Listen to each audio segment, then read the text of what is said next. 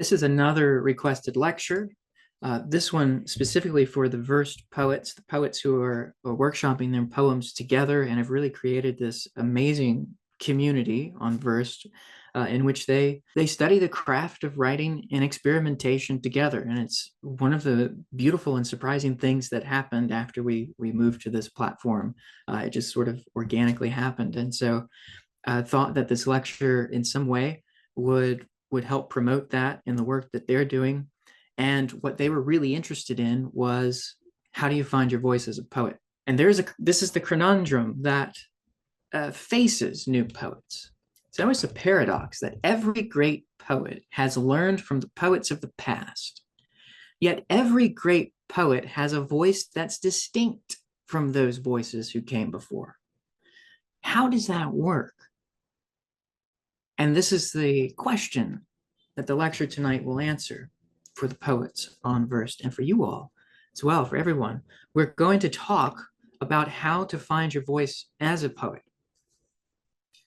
Every poet has belonged to some tradition and furthered that tradition. How do you identify your tradition? And once you've found it, how do you contribute something new to it? How do you find new ways to say old truths that every poet learns to sing of? I can't give you a checklist or a map in this lecture because that's not the way the paths work. Because the path that every poet took to get to where they are, all those paths are different from each other. They were all following a certain star, as it were. So instead of giving a map, this lecture is going to bring together some voices of poets who will help set you on the right course to find your own course, to give you the freedom to choose in the same way that other poets came before have chosen. And from the classical poets and rhetorics all the way to our present day MFA programs, there seems to be about a 3 to 4 stage process. And sometimes these stages overlap, but the 4 stages are imitation, emulation, innovation, and then inspiration. So imitation, emulation, innovation, inspiration.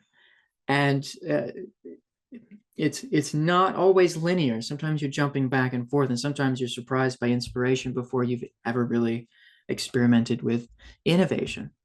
But the basic principle of all of these steps is that your creative process will involve a united mind, a left brain, right brain unity. The poet's imagination is a house in which 2 beings dwell. One is a daring, flamboyant creative who is somehow happily in love with a stern and exacting judge. And together they create. And being a poet will involve ensuring that their marriage is a happy one. First, I want to begin with some essentials before we talk about imitation and emulation. And that's some advice by the poet Wendell Berry.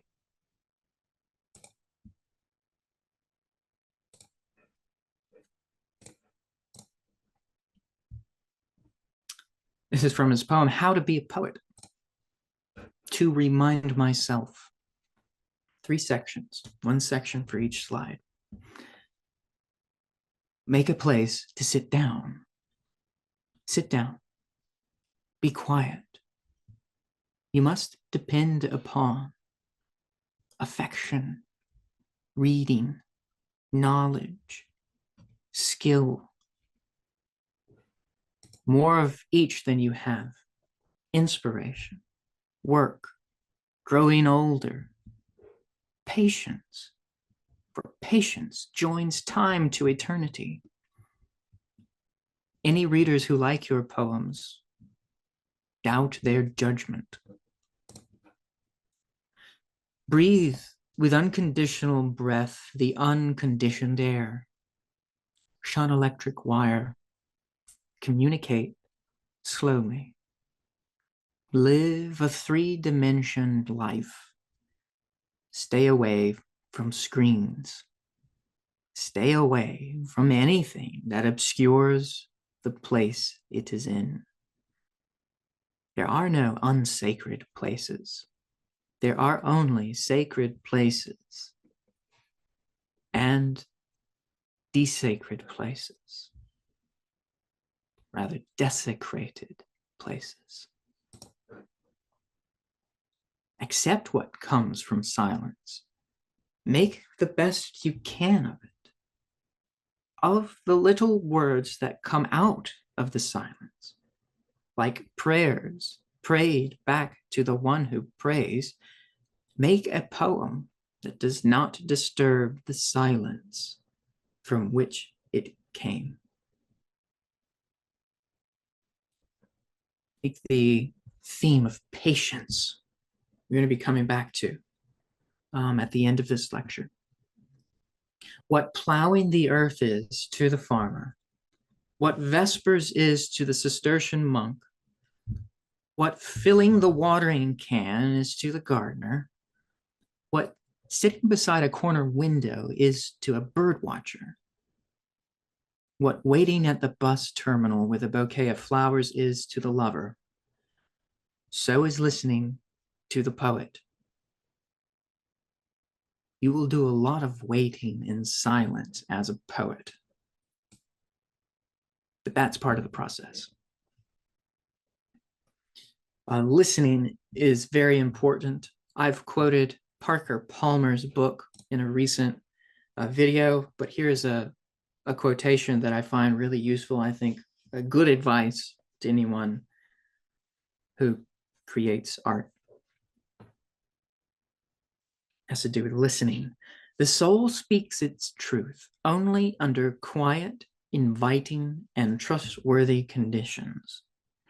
The soul is like a wild animal, tough, resilient, savvy, self-sufficient, and yet exceedingly shy. If we want to see a wild animal, the last thing we do is to go crashing through the woods, shouting for the creature to come out. But if we are willing to walk quietly into the woods and sit silently for an hour or two at the base of a tree, the creature we are waiting for may well emerge. So be silent often, and have patience with that wild animal, your soul. A lot of people think that writing means putting a pen to paper or typing out words in the document, but actually writing is much more than that. It includes the hours you spend reading drafts. It includes throwing away pages of poetry in the waste bin. It includes rising early to stare at a blank page. It will often include despair, and it will sometimes include victory. I know that, at least in writing my dissertation, writing meant discarding as much, if not more, written material than actually made it into the final product. And I suspect that this is true also for books of poetry. Those slim volumes on the shelf, each one is like a visible crest of an iceberg whose vast bulk remains largely unseen beneath the water. All of the drafts that were thrown out, all of the revisions.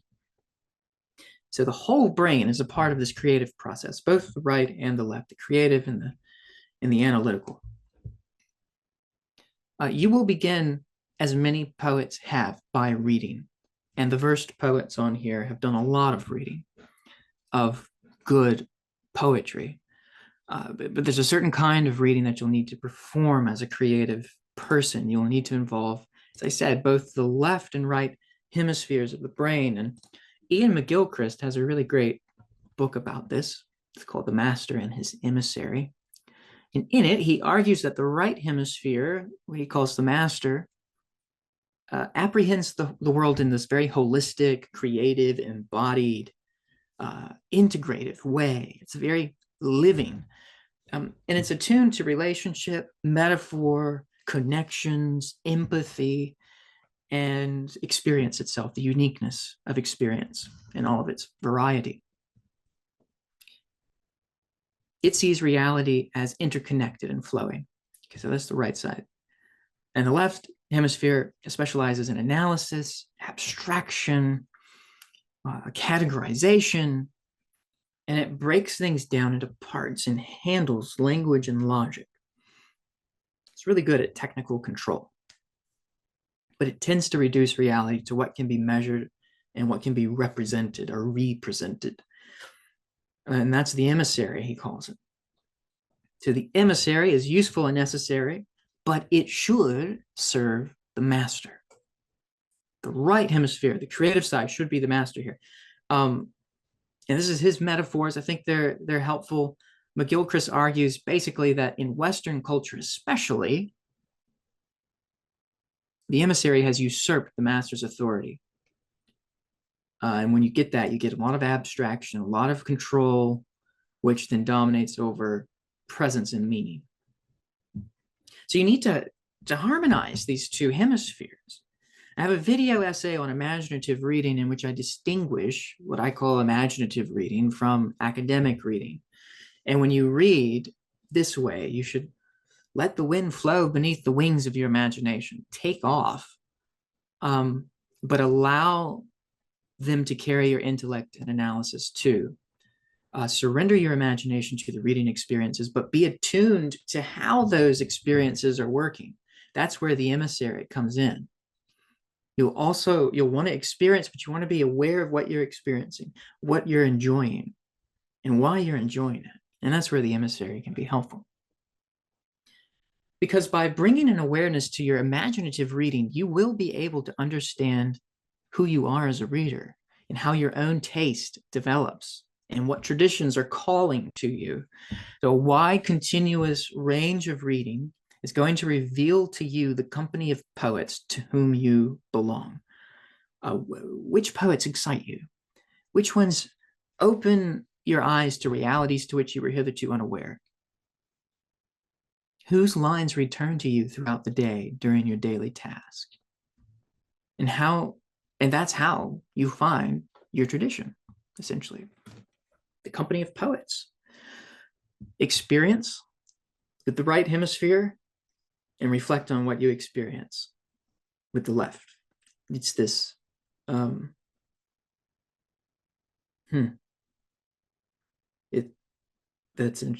gotta save that thought for later.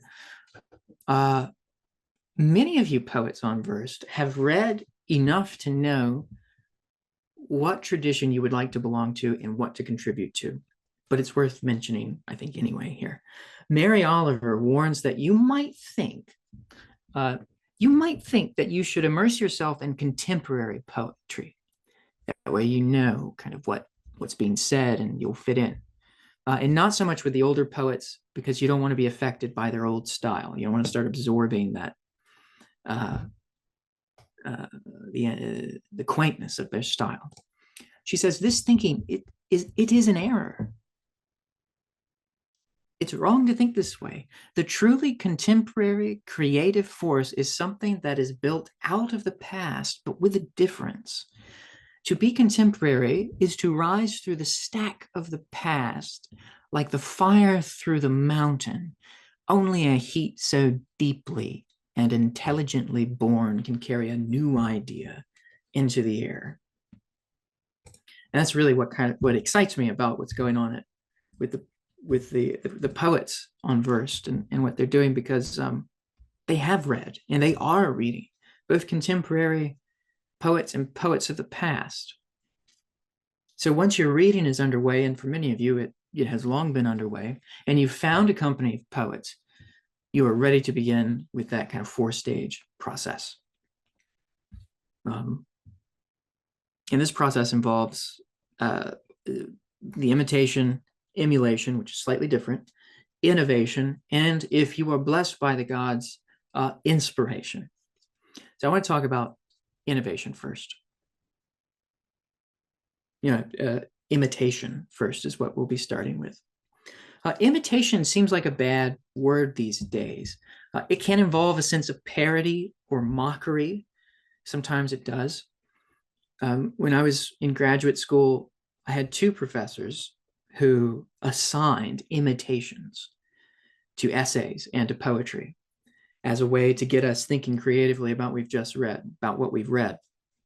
So instead of responding analytically to T.S. Eliot's essay, she invited us to write a different essay in the style of Eliot's criticism, or of a Montaigne essay, or of a Richard Steele or Addison essay.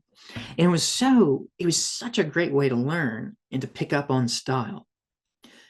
Because the imitation I'm talking about involves learning out of love. Learning from a poet or a group of poets involves a rich theory of imitation that goes all the way back to the classical period. One very good book on the practice of imitation is Colin Burrows' Imitating Authors. It's just titled Imitating Authors. I'll show you a picture of the cover in a moment because I'll return to it. I found it very helpful when I was researching for this lecture. Burrow writes, he mentions this passage from Lucretius, De Rerum Natura, Book 3, which combines together in one place ways of metaphorically describing the relationship between a poet and predecessor. It's almost like teacher student, master disciple. It's a very chosen position. Burrow has a wonderful translation of Lucretius's prologue to Book 3 of De Rerum Natura. And this is Lucretius addressing his master Epicurus. That's his predecessor. And he says, addressing Epicurus, "You who out of the deep darkness first was able to raise a torch so clear, shedding light upon the true joys of life, it is you I follow, you glory of the Greek race. And in your deepest prints firmly now I plant my footsteps, not in eager emulation, but rather for love, because I long to imitate you. For how could a swallow rival swans? Or what might kids with trembling limbs accomplish in a race which might compare with the stout strength of the horse?" So you see, he's distinguishing imitation with emulation. Emulation means for him a sort of competition, at least for him. That's not the way I'm going to use it in this lecture, but I find that difference very interesting. "You are our Father, the discoverer of truth. You supply us with a father's precepts, and from your pages, our hero, even as bees in flowery glades sip every plant, we in like manner browse on all your sayings of gold." Yes, of gold, and worthy of perpetual life. There are some poets you will come across in which you'll say, "This is pure gold." Yes, this is gold. And when you find that, I think you've found your teacher. I would actually recommend addressing a few lines of poetry to your favorite poets. Make a connection between them. It's imaginative. It's creative. I think it actually helps. The last time I was at Wordsworth's grave, I recited the lines of the prelude as a sort of pact. And you can do the same with your poets. Talk to them in your verses. Ask their aid in a way.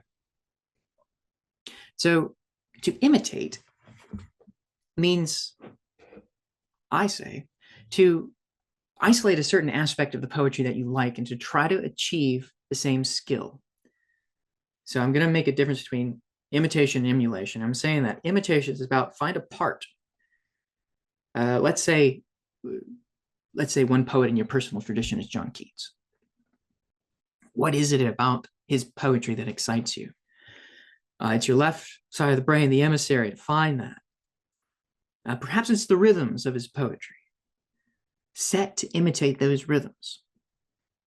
Try to find that. Do a study of his rhythms and then try to recreate it. This is what painters call studies. You know, there are these little drawings. There are some famous studies of the hand in which painters will sketch out the hands doing different things, sometimes holding a telescope, sometimes reaching out, sometimes in prayer. These are little drawings of parts done in preparation for a finished piece. It's like visual notes or practice. And Mary Oliver says this, another good work I'd recommend, a poetry handbook. Before we can be poets, we must practice. Imitation is a very good way of investigating the real thing. A poet develops his or her own style slowly. You're going to need that patience. Slowly over a long period of working and thinking about other styles, among other things. Imitation fades as a poet's own style. That is, the poet's own determined goals, set out in the technical apparatus that will best achieve those goals, begins to be embraced. This is what I'm talking about with imitation. It may be the rhythms of Keats for you, or the metaphors of Dickinson, or the stanzas of Tennyson, or the images of Walt Whitman, or it could be the couplets of Pope. If you're really into that controlled expression with such economy. It can be anything, but it could be good if you can get a blank journal for poetry sketches. Buy one of those for a specific purpose, because it's supposed to be play. Okay, so the next step is emulation. We've got imitation and then emulation. How do they differ?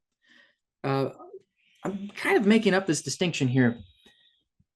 Imitation involves reproducing a part of the poet's style. I think that's very helpful. Emulation is going to involve reproducing the effect of style. You want it to communicate a certain effect. One is the study of the part, the other is of the whole. Imitation as parodic is useful. Emulation is imitation of a feeling or a style. It's more psychological. And Colin Burrow talks about that in his book a little bit, how there's more of a psychological aspect to emulation. But it does come up with some of the classical writers. Here, by the way, is Colin Burrow's book. And he says, emulation or zeulosis could, in the rhetorical tradition, describe either imitatio or a desire to excel an original, as in Longinus. And I think that's also true. There's this idea of wanting to exceed those who came before. And that's what Lucretius was trying to distance himself from. He says, I don't think I can be better than Epicurus, but I do want to learn how he does what he does. So there's a difference between, it's similar to this. So it's the difference between translating the Iliad and translating Homer. Imitation aims at reproducing the language or an aspect of language. Emulation will aim at reproducing a desired effect. Translators of poetry are very well acquainted with these issues. As Matthew Arnold, in his 1861 essay titled On Translating Homer, says, there is a way to translate the Iliad in such a way that preserves the meaning in the language, but destroys the effect. And the emulator is, in a way, a translator of the effect. It's another way of doing a painter's sketch in poetry. I think it's a subset of imitation. Emulation will require a good deal of creative play. And here I think, I don't have a slide on this, so I think the German philosopher Friedrich Schiller's concept of the Spieltrieb, or the play drive, is helpful here. I know some of you, including Strudy, are already acquainted with this concept, but it comes from the 1795 to 96 letters in his book On the Aesthetic Education of Man, which is a collection of letters. It's one of the most important concepts in German idealist aesthetics and romantic theory. And so the play drive, it reconciles two aspects of human nature. So for Schiller, he says there's the sense drive, which is very physical, sensory experience. And then you have the form drive, which is very rational, very moral. It seeks the unity, the universality, and order.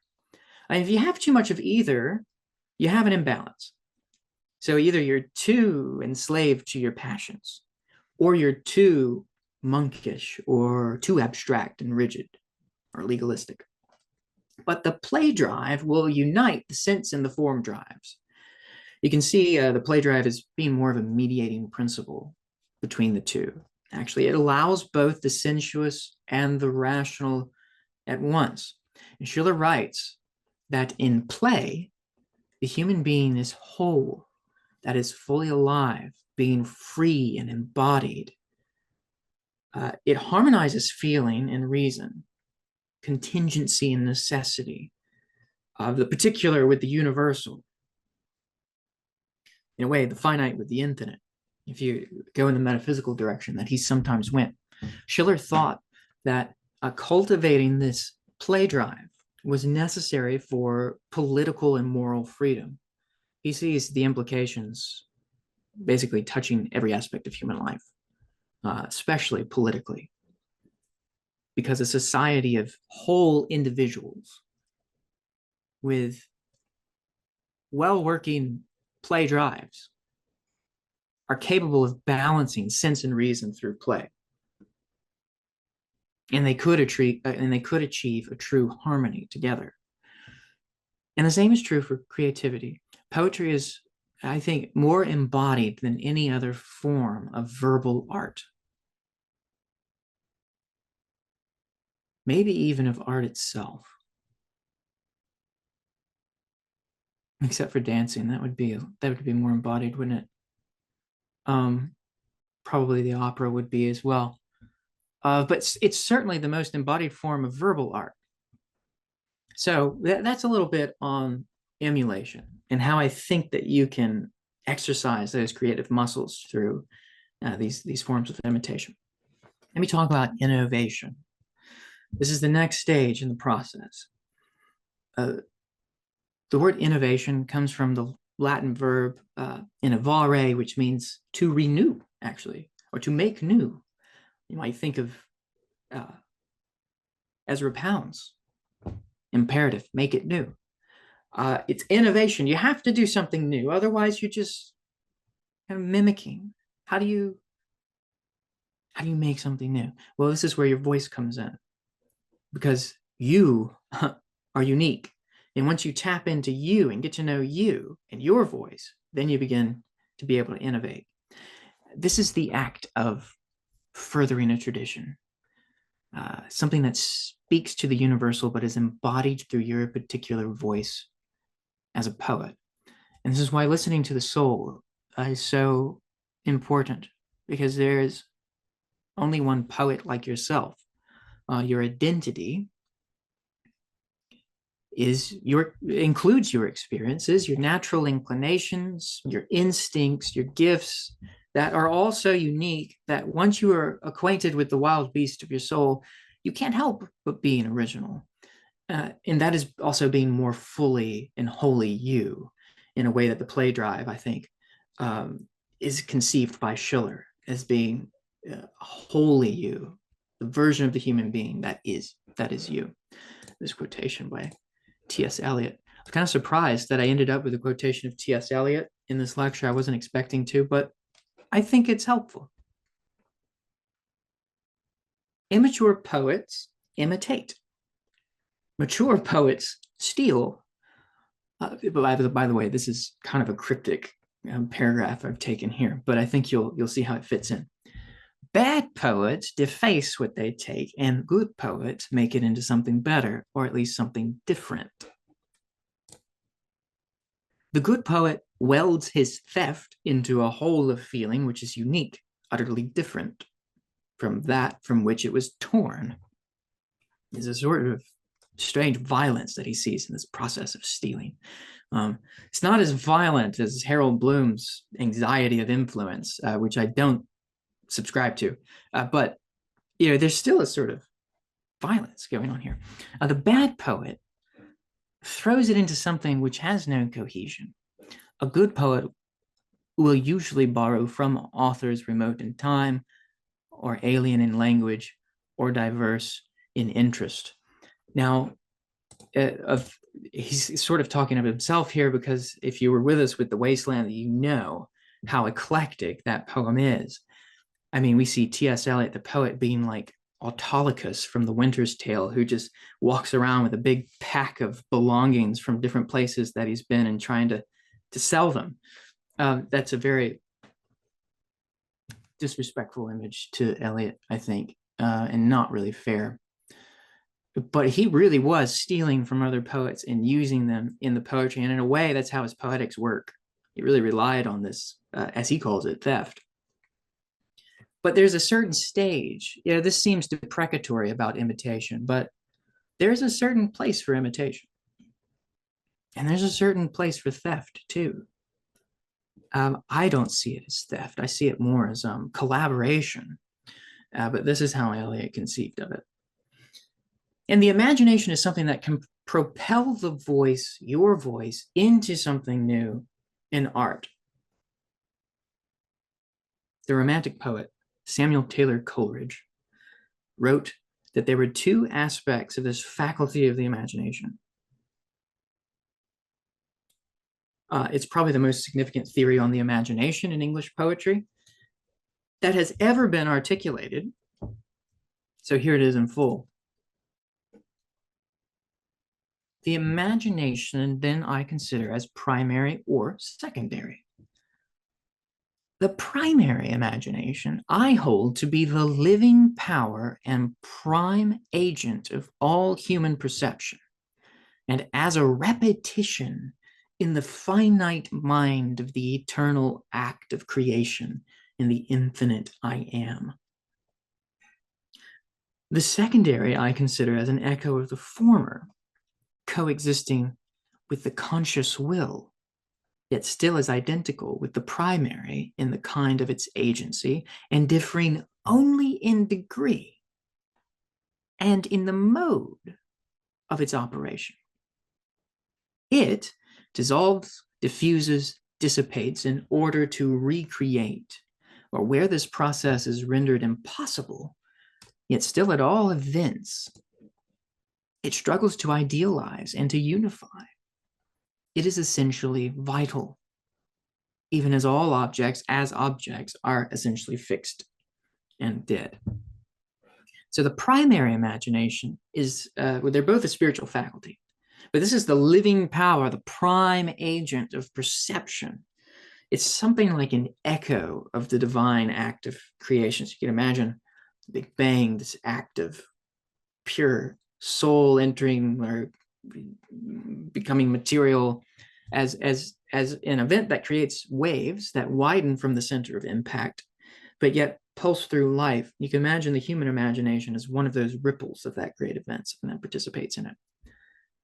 Those of you who like J.R.R. Tolkien probably aware of his mythopoesis. He's informed by Coleridge.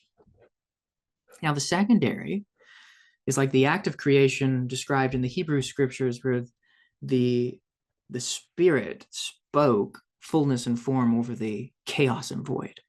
It's this organizing principle, just like the primary imagination, but with one important difference, differing only in degree and the mode of its operation. It dissolves, diffuses, dissipates in order to recreate. And when it cannot recreate, it seeks unity. And I think that these two, at least partially, correspond to left and right hemispheres of the brain working together to produce the creative act of writing. There's the primary imagination rooted in the universal spiritual impulse, and the secondary imagination that has a conscious will to act upon the raw materials of the primary imagination. So after you've honed your language through imitation of great poetry, and you've experimented a bit and have developed a competency and a confidence to produce a desired effect in language, you have successfully formed the receptacle of your mind into an artistic vessel capable of holding and pouring out the creative energies of the imagination into the well-formed channels of poetry.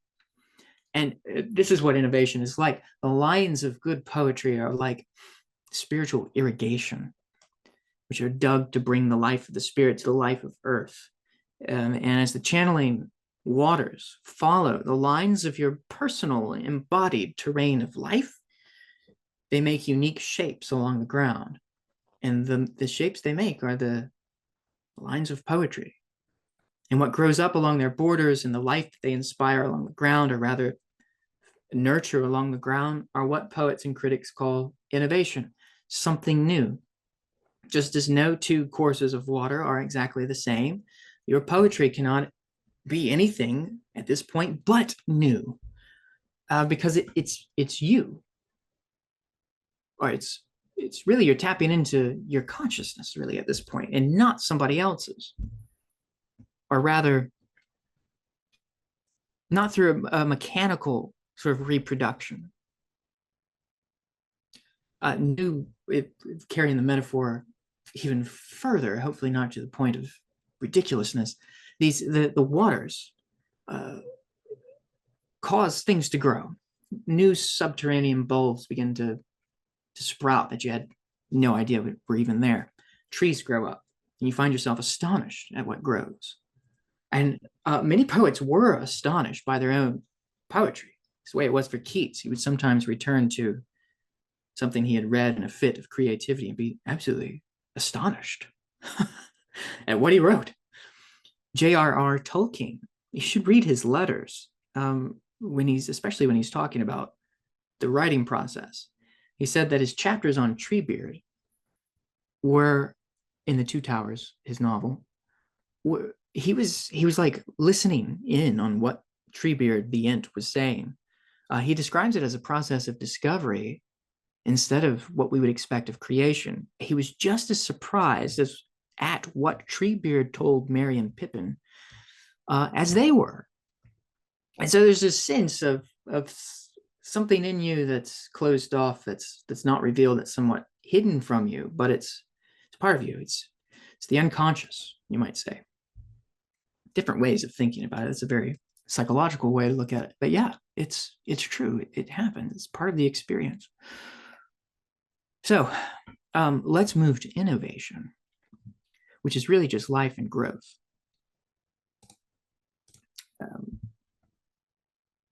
You may find yourself having inspiration sometimes. Inspiration, it comes from the Latin root spir, S-P-I-R, which means to breathe. You have the inspirare, which means to breathe into. Inspiration is breathing in a way, inhaling. And the root, S-P-I-R, you'll recognize in spirit, respiration, it's in perspiration as well. And this is where it gets kind of ineffable.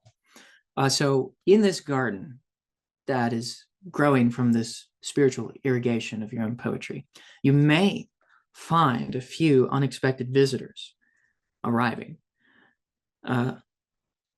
Strange songbirds will come and nest in the trees. Nameless singers will come to tread its paths. Figures that you may be hard-pressed to identify with yourself will come. It's difficult to describe this process. The ancient Greeks had a really great concept. They called it the muse, or the muses, the 9 muses, the daughters of Zeus and Mnemosyne, or memory. And even the Greek poets had their own unique relationship to the muses. I read Homer, and his relationship to the muses seem like a man when he needs to go, or a student, no matter the gender, man or woman, doing some research, and he needs to go look up some history. And so what Homer will do is he'll consult the muses sometimes as a reference encyclopedia. But that's not how all the poets use the muses. Homer will use them to inform his poetry a lot, but the Greek poets like Pindar describe the process of inspiration as a connection with the muse who is actually shaping the poetry. John Milton has his own connection to the muse, which for him is the Christian Holy Spirit. You recognize these lines from book 1. Some of you are in the Paradise Lost reprise book club. And this comes from the first 18 lines of the book. And this is where Milton the poet is calling on the Holy Spirit to illuminate the darkness of his mind. And thou, and chiefly thou, O Spirit, that dost prefer before all temples the upright heart and pure, instruct me, for thou knowest, thou from the first wast present, and with mighty wings outspread, dove-like satst brooding on the vast abyss and madest it pregnant. What in me is dark, illumine. What is low, raise and support, that to the height of this great argument I may assert eternal providence and justify the ways of God to men. Also in the English tradition, we have William Blake, who saw inspiration as actually taking over the nervous system in the form of automatic dictation. In this poem, he actually believes that Milton, or he claims, the poet claims, I should say, that the spirit of Milton inhabited his foot, basically. But listen to this address to the muse. Daughters of Beulah, muses who inspire the poet's song, record the journey of immortal Milton through your realms of terror, mild mooning luster, in soft sexual delusions of varied beauty, to delight the wanderer and repose his burning thirst and freezing hunger. Come into my hand by your mild power, descending down the nerves of my right arm from the portals of my brain, where by your ministry the great eternal are the eternal great humanity divine. He's getting so scientific here. You can tell he was reading Erasmus Darwin and some of the medical treatises at the time, where the muse is just like taking over the hand, the body itself. There were a few other examples. Samuel Taylor Coleridge's Kubla Khan. He claimed that it came to him from an opium dream without conscious effort. I think that's the key. Portions of T.S. Eliot's The Wasteland came to him as though unbidden in a sudden burst of creative energy. Rainer Maria Rilke's Duino elegies were begun when he first heard the lines of the first elegy, Born on the Wind, along the cliffs of Castle Duino. So, but the key is that at this point in your creative journey, you will have learned enough things to allow yourself to become, in a way, a receptacle of beauty and even the unconscious. And if you're lucky, it will happen the way Coleridge described, or rather, when it does happen, it will happen without conscious effort. The muse could be a metaphor for the unconscious mind, the deep source of creativity from which images and ideas emerge. Carl Jung, for example, might frame the muses as archetypal visitations of the anima mundi, or rather the anima, the inner feminine, perhaps that mediates between the conscious and the unconscious. But however the left hemisphere of your brain wants to understand it, and however you want to understand it, you just have to be open to it. And now that we've come to the end of the lecture, I do feel as though we started very practically, and then slowly we got carried off into the ineffable regions. And so I do want to ground it by bringing us back to Rilke. I want to leave you with some of his advice that he gave Franz Xavier Kepis. I have two passages just I'm going to conclude on. And this is Rilke. He says, "You are so young, so before all beginning, I want to beg you as much as I can, dear sir, to be patient toward all that is unsolved in your heart, and to try to love the questions themselves, like locked rooms and like books that are written in a very foreign tongue. Do not now seek the answers, which cannot be given you, because you would not be able to live them. And the point is to live everything. Live the questions now." And from the previous letter, this is from letter 4. This is from letter 3. Being an artist means not reckoning and counting, but ripening like the tree which does not force its sap and stands confident in the storms of spring without fear that after them may come no summer. It does come, but it comes only to the patient who are there as though eternity lay before them, so unconcernedly still and wide. I learn it daily, learn it with pain to which I am grateful. Patience is everything.